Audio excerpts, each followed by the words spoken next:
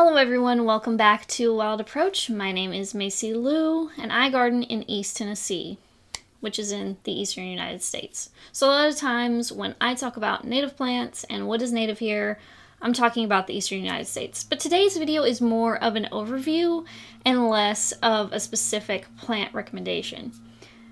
Sorry if you hear the absolute loud leaf blowers in the background. There was nothing happening, and then as soon as I wanted to start recording this video and I had everything set up and ready, they started up. No, I am not joking. Yes, this happens a lot. So hopefully it doesn't interfere with the video too much, but if it does, I apologize. I'm sorry. I have the microphone pretty close to me, but hopefully not so close that my talking actually messes with the microphone too much. I don't want to cause a lot of peaking. But either way, hopefully it's not going to be too distracting. In this video, I want to talk about what is missing in a typical yard with some examples from pictures on the internet. So I'm just going to look at these images and I'm going to talk about them on video. So first up, let's talk about this farmhouse. It looks like a farmhouse, or it might be slightly different than that. I'm not really sure. But this farmhouse with this big lawn in front of it, and we've got a really tall tree next to the house, which is really cool. But this big lawn, let's talk about it. So this farmhouse could have such a beautiful native garden put in front of it, but instead it's got this very large stretch of lawn that looks like it's mowed pretty short, or this could be early spring, and it just, or it could be fall. I don't know. But either way, it's just a lot of lawn. Now, what is this yard missing? It's missing a lot of things, but first of all, it's missing pretty much any native shrubs. I think there are a lot of shrubs kind of at the base of the house. You can kind of see them around the foundation and kind of to the left of the house, but they don't look native. It's hard to tell from this far away. They could be native plants that they have formalized and clipped really, formal. But my guess is that they're probably not native. They're probably exotic. But there are some trees in the scene, and a lot of times trees are native. Not all the time, but a lot of times trees, even in a lawn situation like this, are typically a native choice. Hey guys, thank you so much for clicking on this video. Please don't forget to hit the like button if you are enjoying this content so that I can know what videos you all like the best. Do you need a short, quick guide to get started in wildlife gardening? Well, turns out I've got just the thing. I just came out with a new free ebook just for you, and it's called A Wild Approach to Gardening 101. And it's available on my website today at macylou.com/shop. It's free, so go check it out. What do you have to lose? I also don't know where these pictures are taken, so when I'm talking about these images, it's from a general standpoint. It's not from I know exactly what plants are in this yard. It's just a general critique of these yards. Now, what do I find most unappealing about this yard? Well, it's just so open. It's just so big with nothing breaking it up. I like to break up the garden into rooms, and sometimes people don't like to use the term garden room when talking about habitat gardening and wildlife gardening because it makes it sound like you're going to clean it up like you would a room in your house. But that's just not the way that I look at it, and that's not the way that I use the term garden rooms. So what I mean by that is I want to break up the space into smaller, bite-sized spaces. I want it to feel more cozy, so therefore a space this huge for me is going to feel way too open, way too large. And if you like open spaces though, I have advice for that too, and I'm going to get into that now. If you love the openness of this space, but you want to provide for wildlife, you can achieve a very similar effect with native prairie plantings and native meadow plantings.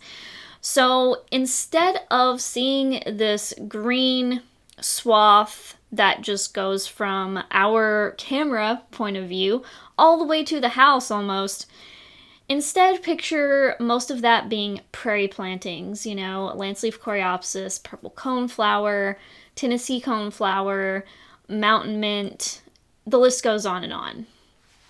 Envision that type of planting if you like open spaces, but you don't want it to just be boring lawn that's not really providing anything. But when we talk about enclosing and creating garden rooms with this space, what I would do is I would break this big yard up into maybe 3 to 5 different gardens, and I would give them different goals. Maybe one of the gardens would be a prairie type planting, and then another garden would be more of a woodland type planting. I would probably put those on opposing sides of the big garden or the big yard space. So like the prairie on one end and the woodland on the other end. I would put the woodland side as far away from power lines as I possibly could get them. And then the reason I would put those two on opposing sides is so that the middle area could be shrubs and ground covers and anything in between, you know, anything understory. Smaller trees, large shrubs, smaller shrubs, all of that could be in the middle. That way you could have like a prairie garden. You could have the understory type shrubby garden, the thicket garden, so to speak. And then on the farther end, you could have the woodland garden. And maybe I would put the woodland garden where they already kind of have the trees, but not right up against power lines and not right up against the house. So that is what I would probably do in this situation. I would create transition zones between the gardens. I would have arbors and archways. Of course, it depends on the budget. This is a very large area, so if I was doing a garden like this, like if I had this much land, I'm not doing it all at once. I'm doing it in stages, and I'm starting small. I'm going to start with a small little area that I can see from my window of my house. So I kind of start from the house, and I move my way out from the house. And that is just the way that I do things. I don't do an entire yard in the first year, ever. Like, I don't even have the budget for that. So if you have the budget for that, then that is awesome and that is fun. And that probably means you might also have the budget to hire people to help you all at once, which would make it more feasible, because if you're still going to do the work yourself, it's still hard to do it all at once, even if you have the money. But that being said, I think that if you don't want to get overwhelmed and you have a smaller budget like most of us do it in stages and start small. And start with a little area you can see from your living room window or your kitchen window, because your living room window and your kitchen window, they're going to see so much more traffic from you when you are living your day-to-day life. You know, winter all the way through spring and summer, fall, all the seasons. So keep that in mind. This next one is a 2-story house that is set in the suburbs, and it has a small yard, and it has a very large driveway on the right there. And as you can see, the houses next door are very close to this house. So this is a very typical suburban yard.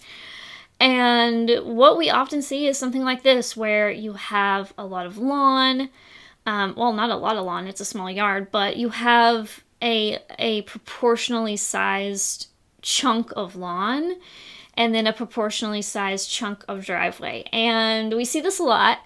And it feels like, well, I can't do anything with that lawn because it's so small. But that's not true. You can actually create a beautiful garden in this space. I've seen it done in real life, so I know it can be done. I have seen a yard almost exactly set up like this, but instead they have a native garden in that lawn space. In that square of lawn, they have an entire native planting garden, and they have a little path that goes through it.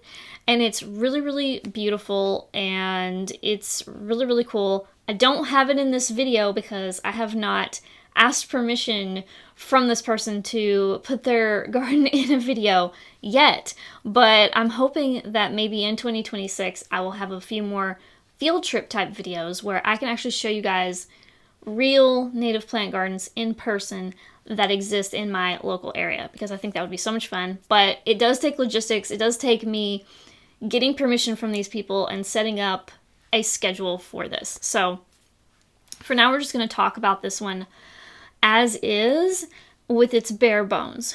So typically this is what you'll see. You'll see just a house with mostly lawn, a driveway, and these little shrubs that you probably keep trimmed back. And that's it. And a lot of times the shrubs are not native. A lot of times they're exotic. So, you know, this is just so typical. So instead of doing it this way, maybe, again, starting small, you could start a small native garden in the place of those non-native shrubs. Now, it depends on what you want when it comes to plant choice. If you want something a little bit more, with a little bit more structure to it, you might want to choose native shrubs, because you know that those native shrubs, even if they're deciduous and even if they lose their leaves in the winter, they're still going to give you a little bit of structure in the winter. They're going to give you the branches of the shrub, for example, and you can still see the outline of your garden in the winter. However, if you don't really mind not having that structure in the winter and you just want to provide as much wildlife value as you can in that small space right up against your house, you could do herbaceous perennials, and just keep in mind that in the winter, it's not going to look as dazzling as an evergreen shrub or as a deciduous shrub. You know, just its skeleton, just its branches. And instead it's going to look a little bit more dilapidated over the course of the winter, and as the seed heads fall and as the branches fall down. So just keep that in mind. But it can be a very good choice if you really care about the wildlife and you really want a lot of seed heads for your birds. So just keep all of that in the back of your mind. With a house like this, I would probably choose, if I use any trees at all, I would probably choose smaller trees, because this yard is so small. And I don't know what their backyard looks like, but if they have a much larger backyard, that's where I'd put the larger trees. So that's just kind of where my mind is with this one. And let me know in the comments down below if you have any ideas on what you would do with this type of garden. Okay, so the next one is a one-story typical house with a pretty decent-sized yard. I mean, to me, this is still small, but it's not as tiny as the last one we just saw. So we have a lot more room here. We may even be able to put a big tree in this front yard, just kind of depending on how far this goes. You know, it's hard to tell because where the camera is. It's hard to tell if like there is a fisheye effect going on, making the yard look larger than it is. So I wouldn't really know if I would put a large tree in this yard unless I was there in person, but you might could do it. You might could put one large tree and then have a smaller tree and then have some native shrubs around those trees and create a soft landing. A soft landing is a place for your wildlife to fall from the trees or to crawl down the trunks of trees into. So think ground covers, shrubs, and herbaceous perennials like frostweed, ironweed, Joe Pye weed, and golden Alexander. Some grasses, like native grasses, but if there's shade, if there's a lot of shade under these trees, if they're more mature, you could do sedges instead of grasses. So that is what I would do in this situation if I wanted to add some trees, like if I wanted some shade. But if I didn't really want any shade and I didn't really want trees in the front yard, I would do a thicket hedge and I would do some prairie plants. So I would put prairie plants all along the path and the driveway, because that's probably going to get the most sun in my situation with what I would do with that hedge. And the hedge I would put along the property line over here on the right side of the screen, as well as the front between the yard and the road. So I'd have a habitat hedge there. So we're talking, you know, American beautyberry, spice bush, depending on the light conditions, and maybe sassafras if we have enough room for it to get tall. And I'd have like American plum shrubs and elderberry shrubs. And then I would add some evergreens in there, maybe a couple evergreens here and there, just to have some winter interest and just to have a little bit of screening in the wintertime. So I would put the evergreen native shrubs in the most privacy needy areas, if that makes sense. So like if I'm sitting on my front porch and there's something I don't want to look at, or I don't want to see my neighbor every single day and like have to say hi every single moment I am on my porch, I would position the native evergreen shrub perfectly between my porch and their front door or their car or wherever they frequently come and go. And that way I'm not having to create an evergreen wall around my entire property, but I am inserting them here and there strategically within the native hedge. That's what I would do on this type of property. Now, I'm going to have a video on native evergreen shrubs really soon, so stay tuned for that. So that's why I'm not really getting into I'm actually not getting into any real plant choices in this video other than just general. I just made a general list just now of the shrub ideas, but there are so many native shrubs. It's not even funny. It's so awesome. We have so many choices for native shrubs in our area of East Tennessee. We're very, very lucky. We're very fortunate. And I've learned a lot of new evergreen shrubs recently, and so I cannot wait to share that video with you guys soon. So keep an eye out for that if that interests you. This next one is kind of a larger home. It's quite a bit larger, actually. I think we're just seeing a corner of it, and it kind of makes it harder to tell, but I think this is a pretty large house, and it looks like it has a pretty nice porch. So my critique of this, again, is just there's so much lawn, there's too much lawn. It does look like they have made some efforts. There are a few trees. I see 3 young trees planted in the front yard. I see that 2 of them kind of have like a mulch ring situation going on. Maybe some sedges planted under them. It's kind of hard to tell from this far away. But then the third one, right near the garages, is a tree flanked by some, looks like exotic, non-native ground covers and shrubs. So my critique there would be replace the understory layer under that tree with native shrubs or native ground covers or native herbaceous perennials that will provide some habitat for the wildlife. And the tree, it doesn't look like a native tree to me, so I'd probably replace that with a redbud might be too big for that spot, but maybe what would be smaller than a redbud? You could maybe do an American plum and then limit up as a tree form right there. Or maybe do a witch hazel right there. There's 2 different witch hazels in our area that are either native in our area or native nearby. One is the Ozark witch hazel, which is not technically native to my county, I don't think, but I think it's native like a state next to my state in like Missouri. So I consider it native enough, as I like to say. And then the other witch hazel is Virginiana. That witch hazel is native to my county, and that one I think gets a little bit bigger, but look that up and see. One of the witch hazels might work here. American beautyberry shrub might work here. Spice bush might work here. American plum might work here.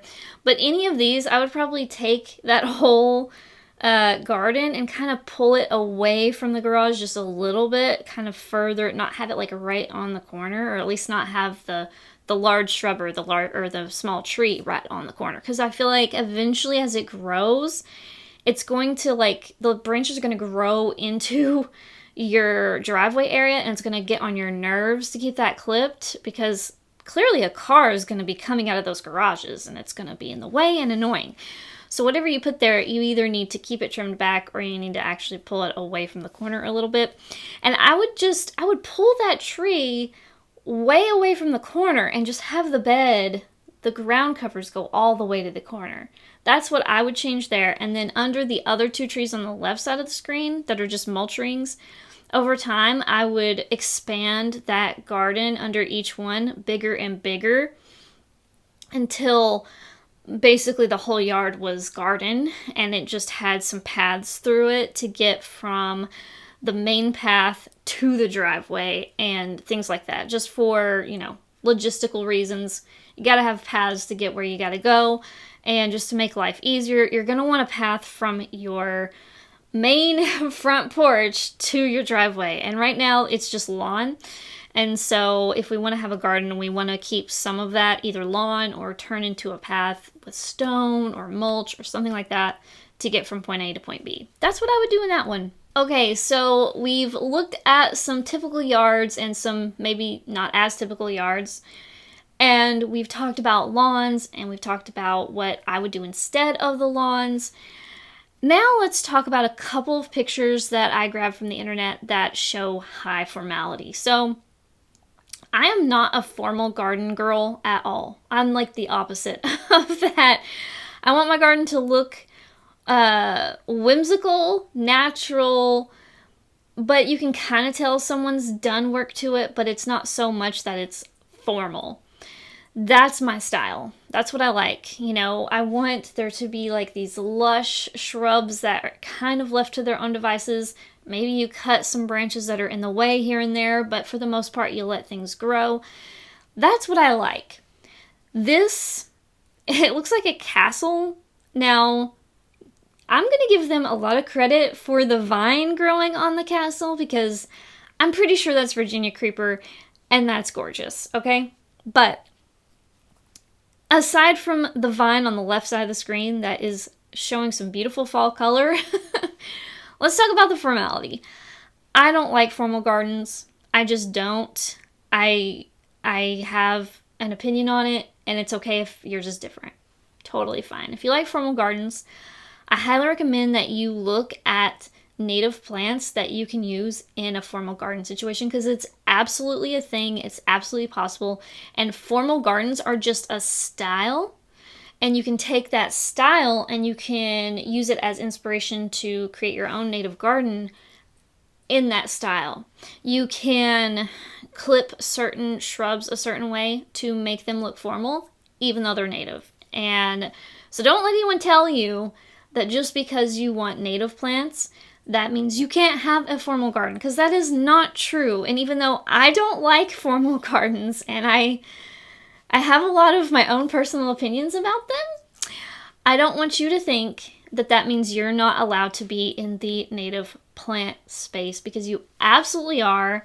This is for everybody, in my opinion.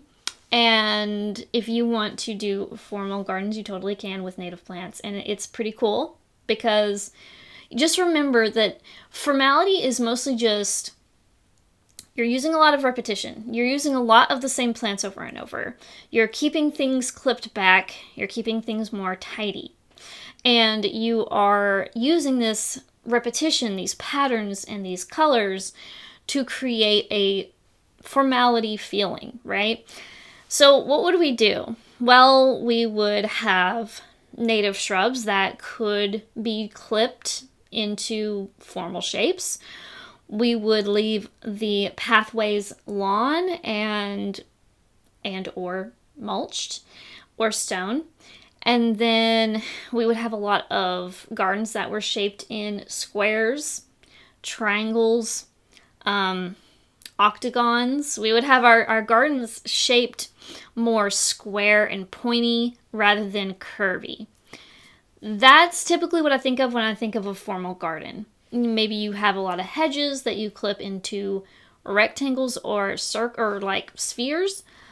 These kind of things. You could do topiaries with certain native plants, and it absolutely can be done. It's just not my style.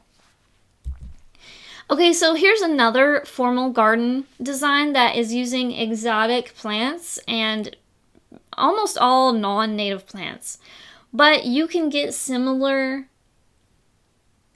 a similar look with native plants. You can. You just got to find the right plants for it.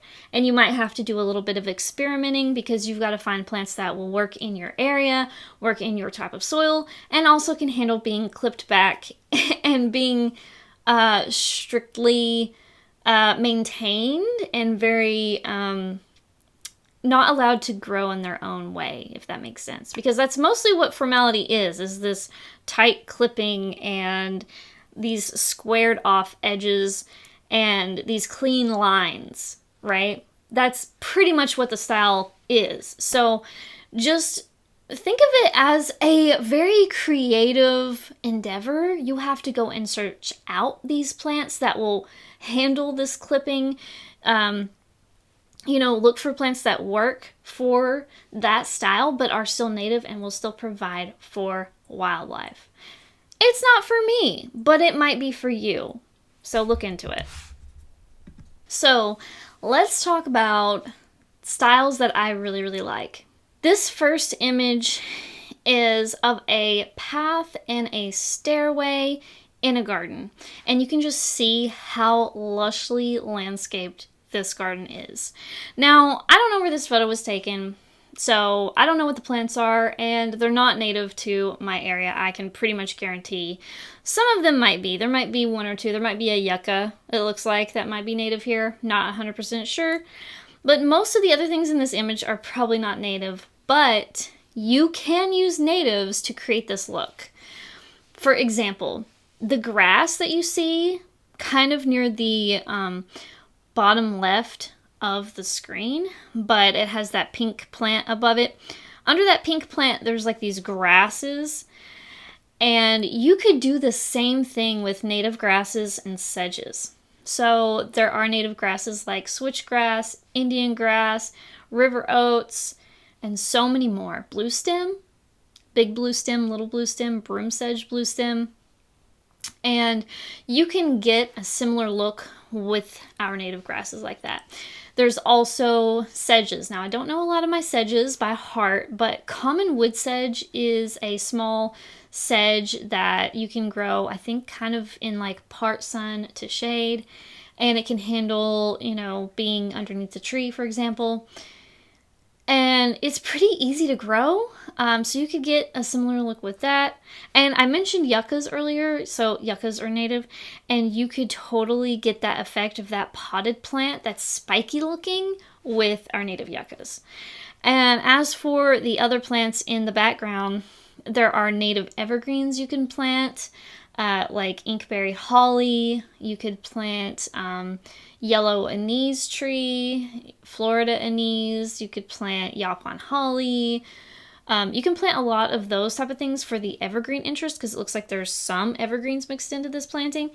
And then for that ground cover that's really striking, you can probably plant phlox. I think it's subulata. There's moss phlox, ground cover phloxes. A lot of those are either evergreen or semi-evergreen and create this beautiful flowering effect in the springtime. And then after that, they're green and they just kind of leave this effect that you see on here the rest of the year. And you can grow witch hazel or spice bush or sassafras or American plum or arrowwood viburnum or ninebark to be your shrub/small tree in this scenario, whether in the background or more of the middle ground on the right side of the screen there, depending on the size of the plant. So that's something you could do with this sort of design. I love this. I love how lush it is. I love how there's nothing to mow. That's something I really like. I like when there's either nothing to mow or very little to mow. And I also like when there are these ground covers that are used so much so and so close together that there are almost no little spots for weeds to pop up. That is phenomenal. Next is this very lush door, this lush landscape, which involves a door and a building. So You can tell that there is a building there, but you kind of can't see it because of the vines growing on it.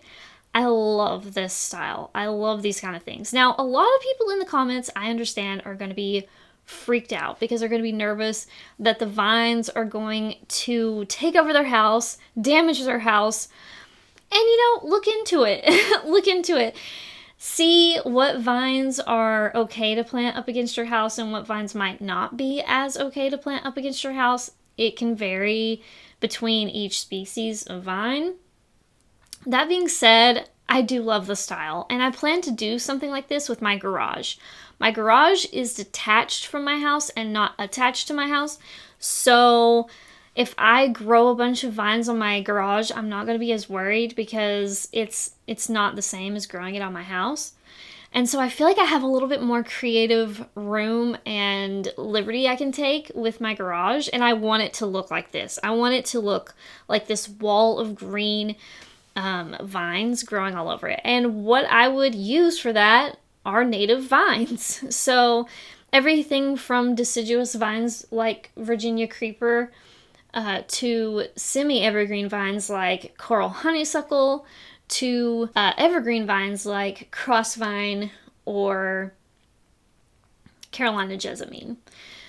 Now, some of these vines will attach to certain surfaces on their own, like Virginia creeper will attach to a lot of different things on its own. Carolina jessamine and coral honeysuckle, they need some kind of trellising to grow on, so they need to twine around some kind of trellising something. So you'll probably have to attach a trellis to your wall if you want to use those. Crossvine is kind of in between. I haven't quite figured out if it has to have a trellis or not. I thought that it was supposed to have these little sticky pads that would help it stick to things, but it might depend on the material that it's trying to stick to, because it's not wanting to stick very well to my garage, but my garage is cinder block walls that are painted with a glossy white paint, and I think it's just having trouble sticking to the glossy paint. So it's probably best to put a trellis up for most of these vines just in case they need something to grab a hold of or to twine around. Another vine you could use is pipe vine, Dutchman's pipe vine. There are two different kinds that are native to this general area of like Missouri, Tennessee, and a lot of areas around us. And one is, I think, just Dutchman's pipe vine, and I think the other one is woolly Dutchman's pipe vine. I forget exactly what the common names are, but Aristolochia microphylla and Aristolochia tomentosa are the scientific names. So look into those. Now those are deciduous, so they're going to lose their leaves in the winter. And as for the foreground, it's really just shrubs. It's just shrubs or perennials that appear to be shrubs, right? And of course, again, this photo's taken somewhere else in the world and these plants are not native here. But instead of that blue shrubby plant, you could plant New Jersey tea or something else native in that spot. Maybe coralberry shrubs or inkberry holly, something like that. Okay, and the last one we're going to talk about is this one right here. This really pretty old house with these beautiful detailings around the windows and the porch. But you notice that the garden is not a lawn, it's a garden. And this is what I want people to understand, is when they do their front yard, it does not have to be boring, flat lawn, just green grass and not native at that, and just the whole thing. It does not have to be that. Instead, you could have something like this, but with native plants. Instead of sweet alyssum growing at the edge, you could have Virginia buttonweed, or you could have partridge berry, or green and gold, to grow at the edge of your path, depending on the lighting conditions. And instead of those purpley flowers that are probably not native, you could do pink evening primroses, which actually look similar in shape when it comes to like the flowers themselves, and they would really love a sunny spot. They can handle a lot too. They can handle a lot of drought, they can handle a lot of abuse, and they spread pretty prolifically. You could also use landsleaf coreopsis in a space like this. It is a prairie plant. It is so easy to grow. It loves sun. It can handle some drought. It is just so easy. But yeah, there are so many other possibilities with this space, and you can see that there are some shrubs here and there, especially on the outer edges. So you could add, you know, again, your spice bush, your American beautyberry, your coralberry, your American plums, your elderberry, your ninebark, your viburnums. You get the picture. Buttonbush, I forgot to mention buttonbush. That's a good one for wet areas. This is the official list for the video. So what's missing in a typical yard? Let's review. Keystone species such as oaks, cherries, asters, etc. That's often missing in a typical yard, unless the person has an oak tree or a cherry tree. Number 2, bird-friendly shrubs. A lot of typical yards don't even have shrubs, and if they do, they're often exotic, not native, and not providing much food or much shelter for wildlife. Number 3, soft landings under trees. Most typical yards don't even have mature trees, and the ones that do just have a mature tree in the middle of a lawn with no soft landing around it. That's a problem. Number 4, good nectar plants for butterflies. A lot of your typical yards don't have good nectar plants for butterflies.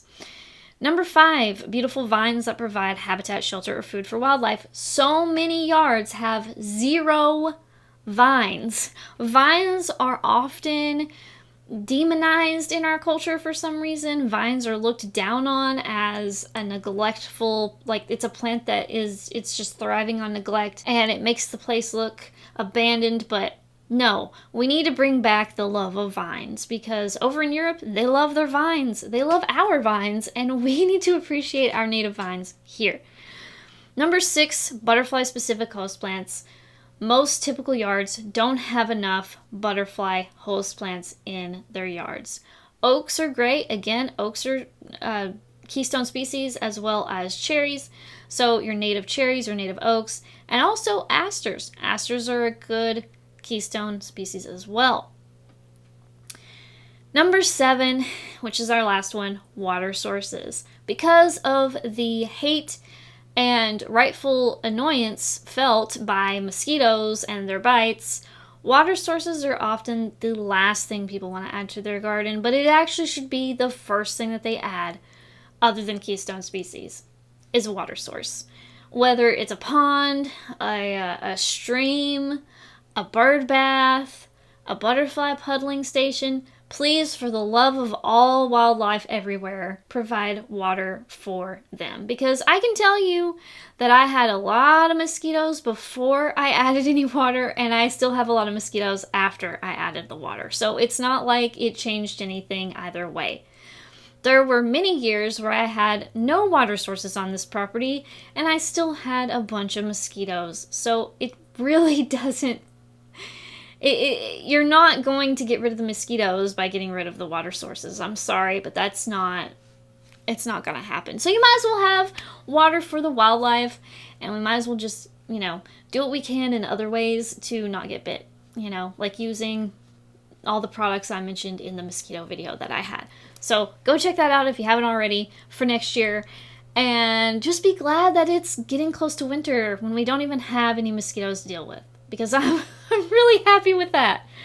Okay, guys, thank you so much for watching. Don't forget to leave a like on this video and subscribe and ring the bell so that you don't miss out on the next videos where I talk about native evergreen shrubs and native ground covers and other videos like that. Also, please leave me a comment and let me know what you thought of this video. Good, bad, or ugly, you just let me know what you really thought down below. And I will see you guys in the next video. Bye! Hi guys, cutting in here real quick to let you know that I have a new feature on my channel, and it is the join button. If you click the join button, there are going to be 2 options for you to choose from. You can choose to be a part of the Cozy Cottage group for $2.99 a month, which would give you the loyalty badges, emoji, and early access to all of my new videos. or you can choose Secret Sanctuary for $9.99 a month, and this includes everything else I already mentioned in the $2.99 plus members-only live streams. So if we get some members in the Secret Sanctuary, I will have special members-only live streams. So thank you guys for considering it. Whether or not you can, I appreciate you very, very much.